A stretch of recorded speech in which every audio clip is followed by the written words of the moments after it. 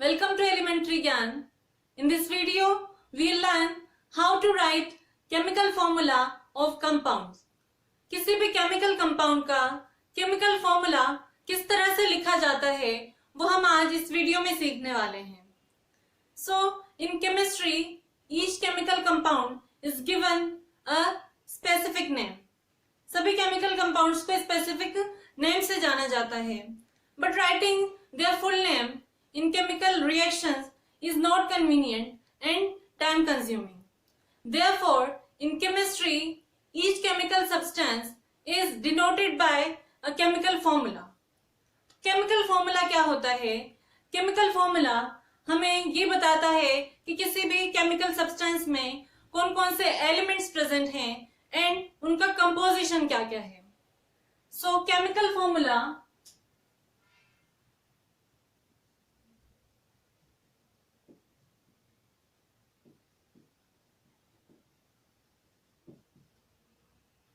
of a compound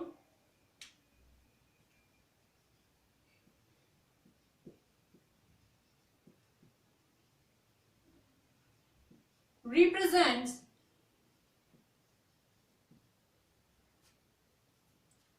the composition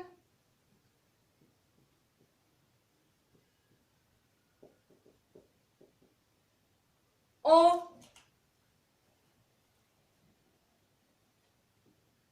a molecule of that compound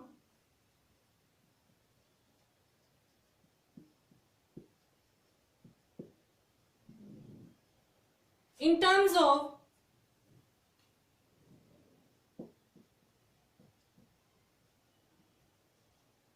the symbols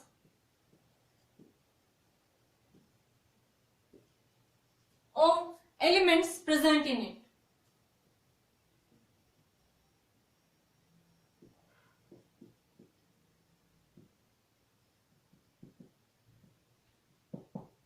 For example, if we talk about water, तो water को represent किया जाता है by H2O. तो ये क्या है इसका chemical formula. और इस chemical formula से हमें क्या पता चलता है कि water जो है और इसको बोला जाता है हाइड्रोजन मोनोऑक्साइड. तो वाटर किससे बना है? हाइड्रोजन और ऑक्सीजन, टू एलिमेंट्स से बना है, क्योंकि यहाँ पर टू सिंबल्स जो हैं ये रिप्रेजेंट कर रहे हैं इन एलिमेंट्स को. और ये जो सबस्क्रिप्ट लगा हुआ है हाइड्रोजन के साथ 2, ये रिप्रेजेंट कर रहा है कि इनका कंपोजिशन कितना है इस कंपाउंड में. तो केमिकल कंपाउंड जो होते हैं वो डिफरेंट टाइप के होते हैं, ये हमें पता है. एक तो होते हैं मॉलिक्यूलर कंपाउंड और दूसरे होते हैं, कौन से होते हैं? Ionic compound.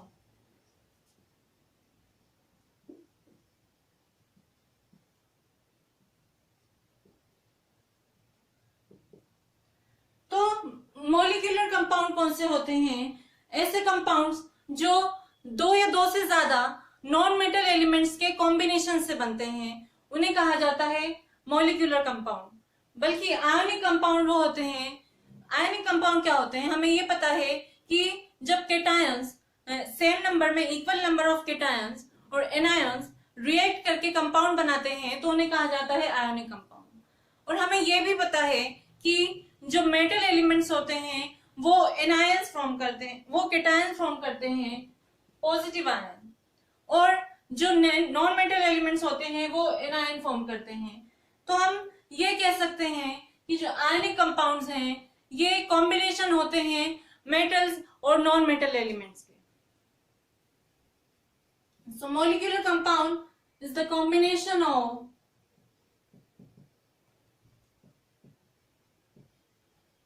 two or more non-metal elements, while ionic compounds होते हैं combination of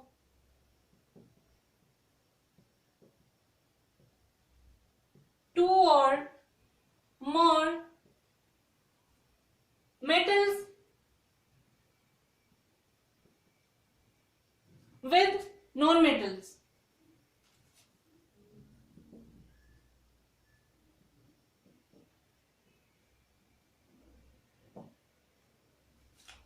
केमिकल फॉर्मूला होता है, इसको लिखने के लिए हमें दो चीजें पता होनी चाहिए। वो क्या क्या होती हैं? एक तो हमें फर्स्ट पता होना चाहिए एलिमेंट्स के सिंबल्स, जो कि हम प्रीवियस वीडियोस में लर्न कर चुके हैं। हमने एटॉमिक नंबर के साथ साथ उनके सिंबल भी लर्न किए थे एलिमेंट्स के, फर्स्ट 20 एलिमेंट्स के। और हमें दूसरी चीज पता होना चाहिए वैलेंसीज ऑफ एलिमेंट। तो फर्स्ट टू 18 एलिमेंट्स की वैलेंसीज भी हम लास्ट वीडियो में कैलकुलेट कर चुके हैं और आई होप आपने वो लर्न भी कर ली होंगी।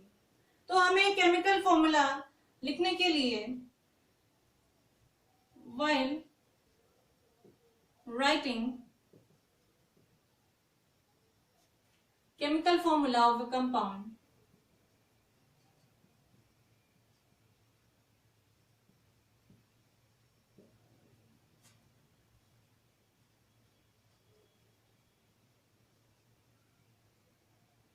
we must know two things. First तो हमें पता होना चाहिए symbols of elements present in that compound, and second, valencies of elements. तो मॉलिक्यूलर कंपाउंड्स के लिए तो एलिमेंट्स की वैलेंसीज हमें पता है, जो कि हम डिस्कस कर चुके हैं। लेकिन आयनिक कंपाउंड्स जो होते हैं वो आयन से बनते हैं, तो आयंस की भी वैलेंसीज होती है और केटायंस की वैलेंसी पॉजिटिव होती हैं और एनायन की वैलेंसीज नेगेटिव होती हैं। तो कुछ जो कॉमन केटायंस एंड एनायंस हैं उनकी वैलेंसीज हम डिस्कस कर लेंगे पहले, उसके बाद हम सीखेंगे कि केमिकल फॉर्मूलाज जो होते हैं वो कैसे बनाए जाते हैं। तो कुछ केटायंस और एनायंस हैं।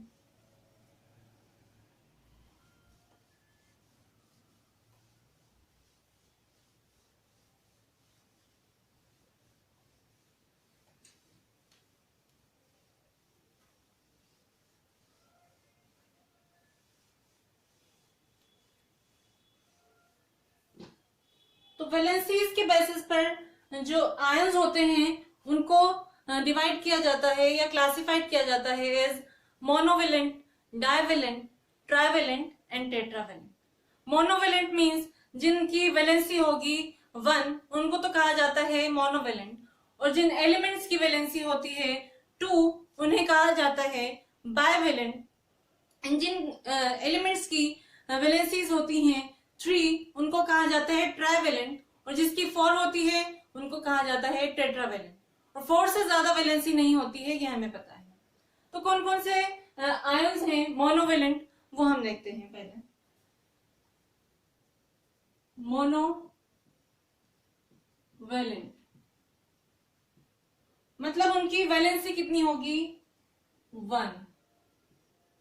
तो पहले हम मोनोवेलेंट केटायंस देखेंगे फिर एनायंस देखेंगे।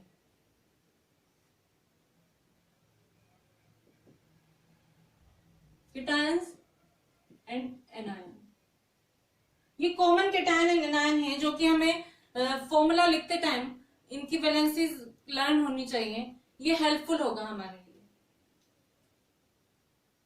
तो केटायंस के लिए कितना चार्ज होगा उन पर +1, इसलिए उनकी क्या हो जाएगी वैलेंसी होगी 1, मतलब वो मोनोवेलेंट होंगे। तो केटायंस कौन कौन से हैं? Hydrogen ion, lithium ion, sodium ion,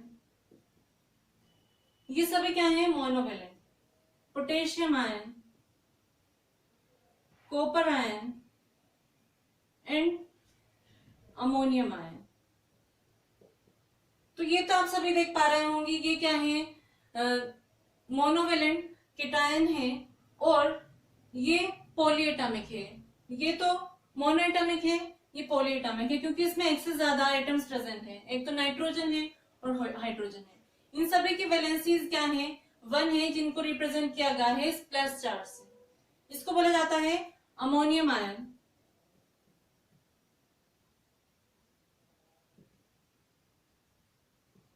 और ये जो Cu+ है इसको बोला जाता है Q+ आयन। कॉपर का आयन होता है और कॉपर सिल्वर एंड जो आयरन होते हैं ऐसे एलिमेंट्स होते हैं और भी होते हैं जिनकी जो वैलेंसीज होती हैं वो वेरिएबल होती हैं, मतलब वो एक से ज्यादा वैलेंसीज रख सकते हैं। तो कॉपर जो एटम है इसकी 2 वैलेंसीज होती हैं, एक तो होता है ये होता है मोनोवेलेंट और ये डाइवेलेंट भी होता है जो हम अभी देखेंगे। तो ये तो केटायंस की बात हो गई मोनोवेलेंट।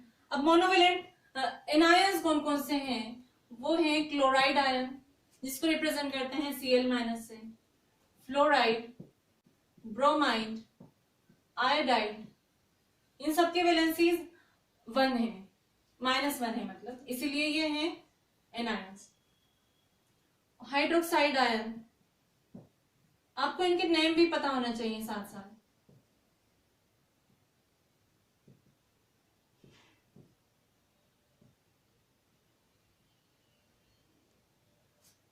हाइड्रोक्साइड आयन, इसके बाद होता है कार्बोनेट, बाइकार्बोनेट, इसको हाइड्रोजन कार्बोनेट भी बोला जाता है, बाइकार्बोनेट। और होता है नाइट्रेट,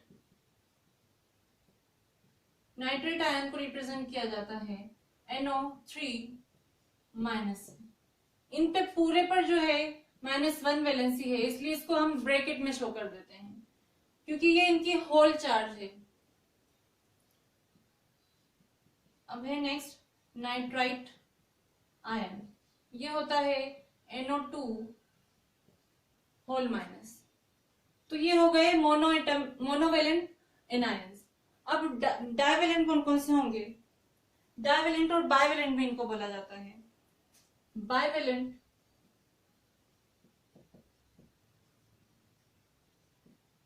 मतलब जिनकी वैलेंसी कितनी होगी 2। तो पहले हम केटायंस डिस्कस करेंगे, देन एनायंस डिस्कस करेंगे।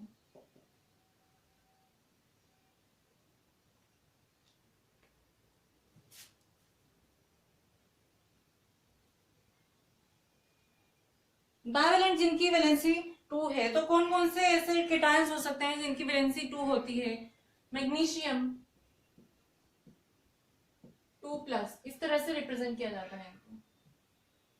Calcium 2+, barium 2+, zinc 2+। ठीक है, आ रहा है ना समझ में? अब है नेक्स्ट कॉपर 2+, इसको बोला जाता है क्यूप्रिक, क्यूप्रिक आयन, मतलब जिसकी वैलेंसी 1 थी कॉपर की उसको तो बोलते हैं क्यूप्रस, और जिस कॉपर की वैलेंसी 2 है उसको बोला जाएगा क्यूप्रिक। अब ऐसे ही होता है फेरस। अभी मैंने आपको बताया कि जो आयरन होता है उसकी 2 वैलेंसीज होती हैं, वेरिएबल वैलेंसीज होती हैं। तो ये जो 2+ वैलेंसी है, मतलब पॉजिटिव 2 जब इसकी वैलेंसी होगी तो इसका बोला जाएगा फेरस, और जब इसकी वैलेंसी 3 होगी तो उसको बोलेंगे फेरिक। वो अभी हम देखेंगे आगे। हम एनायंस कौन कौन से होंगे जिनकी वैलेंसी 2 होगी? तो होगा ऑक्साइड आयन O2-, ऑक्सीजन से बना है। Sulphide S2-, carbonate CO3 2-। Carbonate ion है, इसकी वैलेंसी होती है CO3 2-। अब होता है सल्फेट SO4 2-, और है सल्फाइट। SO4 तो सल्फेट है और ये है सल्फाइट। ठीक है, अब ट्राइवेलेंट कौन से होंगे?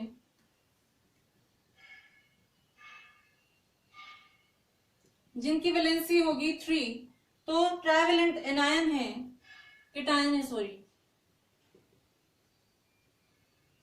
और यहां पर हम लिखेंगे एनायन। तो ट्राइवेलेंट केटायन होते हैं एल्यूमिनियम 3+, इसकी वैलेंसी होती है 3, और हमने अभी पढ़ा था फेरस। तो जो आयरन एटम जिसकी वैलेंसी होती है 3 उसको बोला जाता है फेरिक आयन। तो ये ट्राइवेलेंट केटायन हो गए। ट्राइवेलेंट एनायन कौन सा होगा? ट्राइवेलेंट एनायन होता है नाइट्राइड आयन, इसकी वैलेंसी होती है 3 और इसको माइनस के साथ रिप्रेजेंट किया जाता है। अब फॉस्फाइड आयन और होता है फॉस्फेट PO4 3 माइनस, और टेट्रावेलेंट एक ही होता है जो अभी हमारे कोर्स में है, वो होता है कार्बाइड आयन। मतलब कार्बन की वैलेंसी जो होती है वो 4 होती है, तो जब कार्बन पे -4 चार्ज होगा तो उसको बोला जाएगा कार्बाइड। तो ये थे कुछ कॉमन आयन्स। अब हम देखेंगे कि मॉलिक्यूलर फॉर्मूलाज और आयनिक फॉर्मूलाज किस तरह से लिखे जाते हैं। तो सबसे पहले हम कुछ सिंपल एग्जांपल्स की हेल्प से देखेंगे मॉलिक्यूलर फॉर्मूलाज, उसके बाद हम देखेंगे थोड़े से कॉम्प्लेक्स एग्जांपल, मतलब जिनमें पॉलीएटॉमिक जो आयंस होंगे वो प्रेजेंट होंगे। जैसे पॉलीएटॉमिक हमने अभी पढ़े हैं, कार्बोनेट, हाइड्रोक्साइड, सल्फेट, सल्फाइड, ये सभी आयंस। तो फर्स्ट एग्जांपल हम देखते हैं, writing chemical formula of compound. तो फर्स्ट एग्जांपल हम देखेंगे हाइड्रोजन ऑक्साइड, H2O का ही देख लेते हैं, या फिर हम इसको लिखते हैं हाइड्रोजन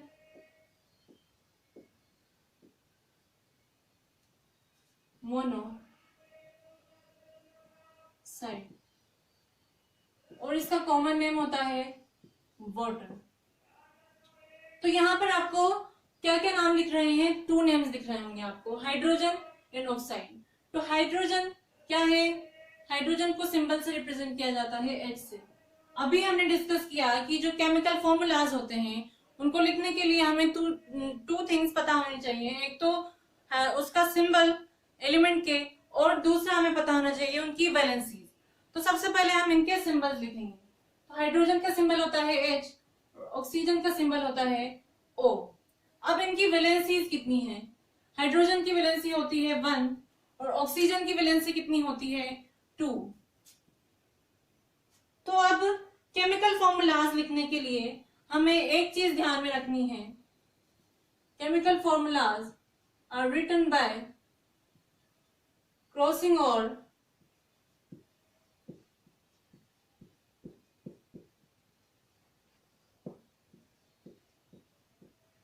वैलेंसीज।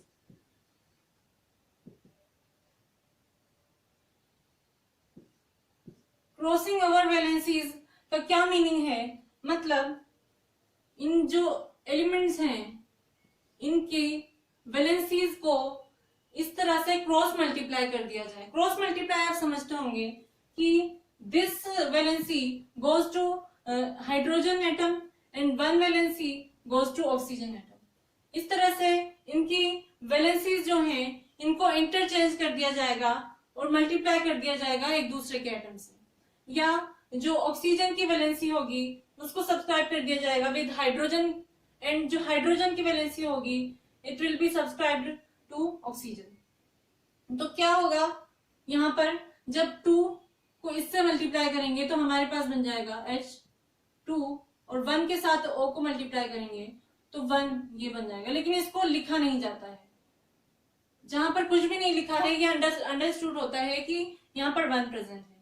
तो इनको वैलेंसीज को आपने देखा हमने सबस्क्रिप्ट में लिखा है, तो इस तरह से सबस्क्रिप्ट में लिखकर कोई भी केमिकल फॉर्मूला बनाया जा सकता है। अब हम सेकंड एग्जांपल देखते हैं, कार्बन डाइऑक्साइड।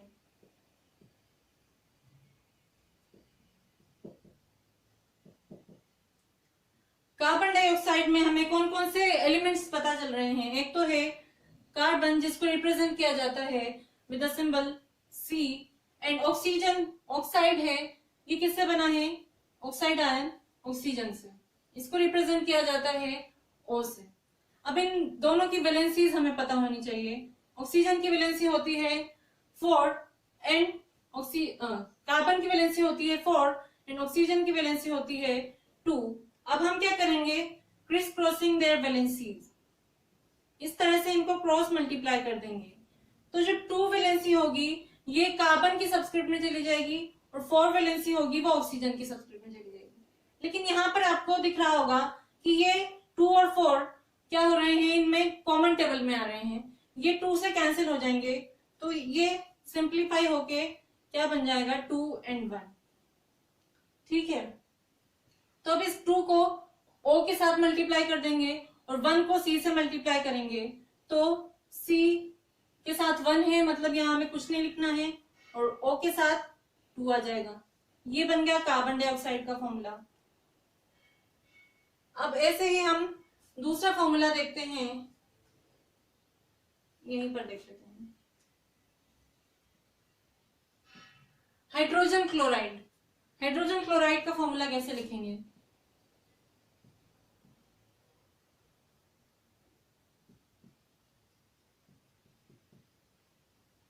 हाइड्रोजन क्लोराइड, हमें कौन कौन से एलिमेंट पता चल रहे हैं यहाँ से? एक तो हाइड्रोजन, इसको रिप्रेजेंट करेंगे हम H से, और क्लोराइड क्लोरीन एटम है, मतलब इसको रिप्रेजेंट किया जाता है Cl से। ये दोनों एलिमेंट्स के नेम हमें पता है कैपिटल लेटर से स्टार्ट होते हैं, और जो सेकंड लेटर होगा किसी भी एलिमेंट के नेम का उसको स्मॉल लिखा जाएगा और टाइप हैंड में होंगे। आपको इसी तरह से लिखना है। अब इनकी वैलेंसीज क्या क्या होती हैं? हाइड्रोजन की वैलेंसी होती है 1 और क्लोरीन की वैलेंसी भी होती है 1।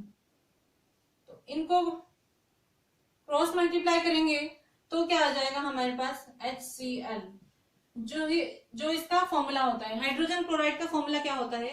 HCl। अब नेक्स्ट एग्जांपल हम देखते हैं।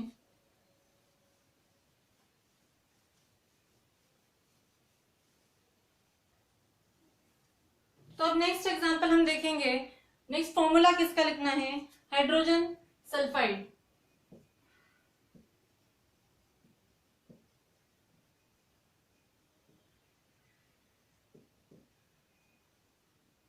हाइड्रोजन सल्फाइड में आपको कौन कौन से एलिमेंट दिख रहे हैं? एक तो है हाइड्रोजन, और सल्फाइड मतलब सल्फर। तो हाइड्रोजन के लिए सिंबल होता है H, और सल्फाइड के लिए सिंबल होता है, सल्फर के लिए सिंबल होता है S। तो अब हमने सबसे पहले क्या किया, इनके एलिमेंट के सिंबल लिख लिए। सिंबल लिखने के बाद हम क्या करते हैं, सेकंड स्टेप होती है इनकी वैलेंसी। तो हाइड्रोजन की वैलेंसी होती है 1 और सल्फर की वैलेंसी होती है 2। अब क्या करेंगे, हम इनकी जो वैलेंसीज होगी इनका क्रॉस मल्टीप्लिकेशन कर देंगे। तो हाइड्रोजन के साथ तो हो जाएगा 2 सब्सट्रैक्ट हो जाएगा, और जो सल्फर है इसके साथ 1 हो जाएगा। तो हाइड्रोजन सल्फाइड का फॉर्मूला क्या हो गया? H2S। तो ये तो थे कुछ मॉलिक्यूलर कंपाउंड। अब हम देखेंगे next ionic compounds. Ionic compounds का फॉर्मूला कैसे लिखा जाता है? उनका भी सेम ही मेथड होता है, बस वहां पर हमें क्या करना है, वहां पर उनकी वैलेंसीज जो होंगी वो प्लस माइनस की फॉर्म में होंगी। लेकिन जो आयनिक कंपाउंड होते हैं वो तो न्यूट्रल होते हैं, इसलिए हमें जो फॉर्मूला बनेगा उसमें प्लस माइनस तो एक दूसरे से कैंसिल आउट हो जाएंगे। तो सबसे पहले एग्जांपल हम देख लेते हैं। मोस्ट कॉमन एग्जांपल जो है सोडियम क्लोराइड। सोडियम क्लोराइड एक आयनिक कंपाउंड होता है। सोडियम क्लोराइड, इसका फॉर्मूला कैसे लिखा जाता है? तो सोडियम और क्लोराइड, सबसे पहले इन दोनों के सिंबल्स हमें लिखने होंगे। सोडियम का सिंबल होता है Na और क्लोराइड का सिंबल होता है Cl। अब हमें इन दोनों की वैलेंसीज पता है। सोडियम की वैलेंसी होती है +1 एंड क्लोराइड की वैलेंसी होती है -1। तो अब हम क्या करेंगे, जैसा हमने पहले किया था सेम हमें करना है। इनकी जो वैलेंसीज होंगी इनको क्रॉस मल्टीप्लाई करना है इस तरह से। तो सोडियम के साथ तो चला जाएगा 1 और क्लोराइड के साथ चला जाएगा 1, तो इसका फॉर्मूला हो जाएगा NaCl। यही होता है सोडियम क्लोराइड का फॉर्मूला। अब सेकंड एग्जांपल होगा magnesium chloride.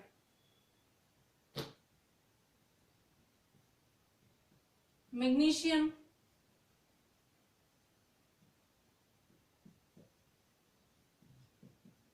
Chloride. Magnesium chloride में आपको कौन कौन से एलिमेंट्स दिख रहे हैं, उसके नाम से पता चल रहे हैं। एक तो है मैग्नीशियम और दूसरा है क्लोरीन। तो मैग्नीशियम का सिंबल होता है Mg एंड क्लोरीन के लिए सिंबल होता है Cl। मैग्नीशियम की कितनी होती है वैलेंसी? +2 और क्लोरीन की वैलेंसी होती है -1। तो अब हम क्या करेंगे, इन दोनों की वैलेंसीज को क्रॉस मल्टीप्लाई कर देंगे इस तरह से। तो जो 1 होगा वो तो मैग्नीशियम के साथ सब्सक्राइब हो जाएगा, मतलब इसके सब्सक्रिप्ट में 1 होगा, और जो क्लोरीन है इसके सब्सक्रिप्ट में क्या चला जाएगा? 2, और ये इसका केमिकल फॉर्मूला बन गया मैग्नीशियम क्लोराइड का, जो कि है MgCl2। अब नेक्स्ट एग्जांपल होगा आयनिक कंपाउंड का।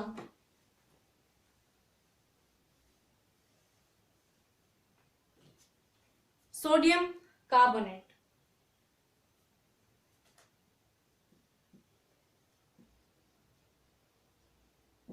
Sodium carbonate.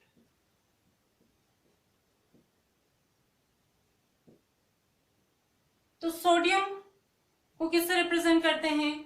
Na, इसका सिंबल होता है।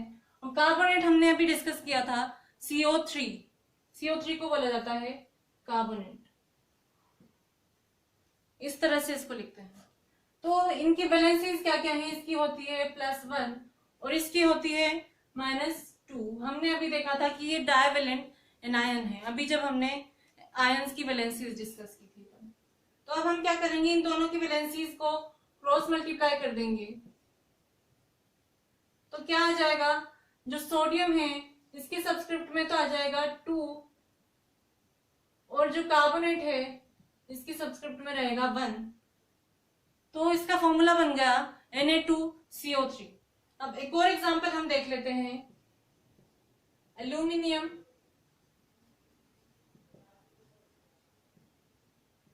सल्फेट। तो ये भी एक आयनिक कंपाउंड है, 2 डिफरेंट आयन से बना है। एक तो है मेटल और सल्फेट क्या है? ये एनायन है। तो इनके सिंबल्स क्या क्या होते हैं? एल्यूमिनियम के लिए सिंबल यूज होता है Al, और सल्फेट का सिंबल होता है SO4, जो कि हम अभी एनायंस के लिए हमने डिस्कस किया था। ये होता है डायवेलेंट एनायन, मतलब इसकी वैलेंसी कितनी होती है? -2, और एल्यूमिनियम की वैलेंसी हमें पता है कितनी होती है? +3 -2। इनको क्रॉस मल्टीप्लाई कर देंगे तो क्या आ जाएगा इसका फॉर्मूला? जो एल्यूमिनियम है इसके सब्सक्रिप्ट में तो लिखा जाएगा 2, और जो सल्फेट है इसके सब्सक्रिप्ट में लिखा जाएगा 3, क्योंकि इस पर होल ये पूरे SO4 से मल्टीप्लाई है 3, इसलिए यहाँ पर हमने ब्रैकेट यूज किया है। तो इस तरह से किसी भी केमिकल कंपाउंड का फॉर्मूला हम लिख सकते हैं अगर हमें उसके सिंबल्स पता है और उसमें प्रेजेंट एलिमेंट की वैलेंसीज हमें पता है। तो आई होप आपको क्लियर हो गया होगा कि किसी भी केमिकल कंपाउंड के फॉर्मूलाज किस तरह से बनाए जाते हैं। सो अगर ये वीडियो आपको अच्छी लगी हो तो please like and share my video and also subscribe to my channel. I'll see you in the next video with the next topic. Till then, keep learning and thanks for watching.